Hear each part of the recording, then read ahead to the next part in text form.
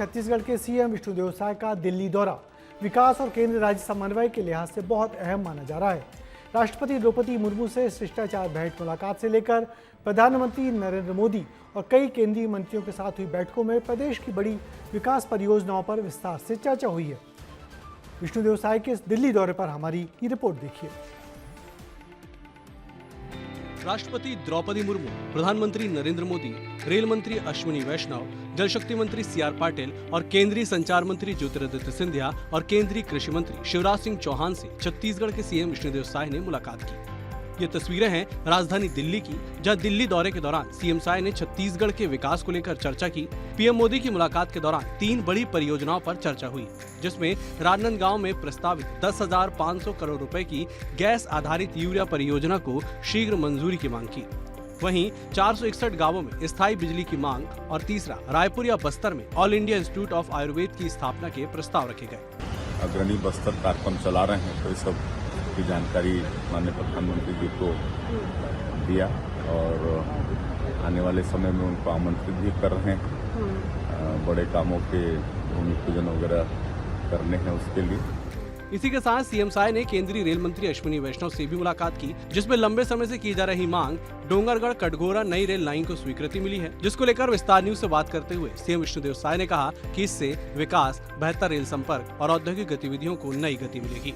जो बहुत पुरानी मांग रेलवे के सेक्टर में कटघोरा से डोंगरगढ़, जो करीब 300 किलोमीटर करीब है, सौभाग्य का विषय है कि जब डबल इंजन की सरकार बनी तो आज उसकी स्वीकृति होने वाली है बहुत जल्द।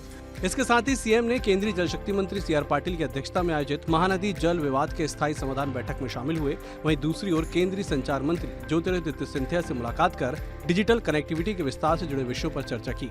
इतना ही नहीं, सीएम विष्णुदेव साय ने डिप्टी सीएम विजय शर्मा के साथ केंद्रीय कृषि मंत्री शिवराज सिंह चौहान से भी मुलाकात की और प्रधानमंत्री ग्रामीण सड़क योजना को लेकर चर्चा की।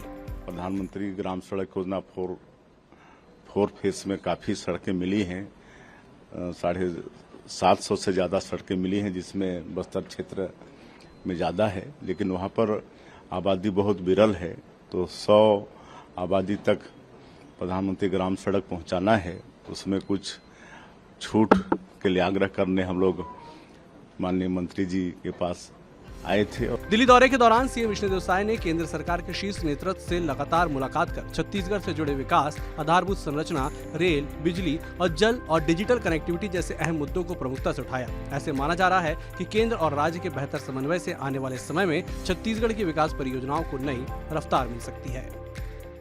छत्तीसगढ़ के मुख्यमंत्री विष्णुदेव साय की दिल्ली यात्रा काफ़ी मायने रखती है, क्योंकि इस बार वो काम हासिल हुए हैं जिसको लेकर के छत्तीसगढ़ की सरकार लगातार प्रयासरत रही है। कैमरा पर्सन मोनू कुमार के साथ अमृत तिवारी, विस्तार न्यूज़, दिल्ली।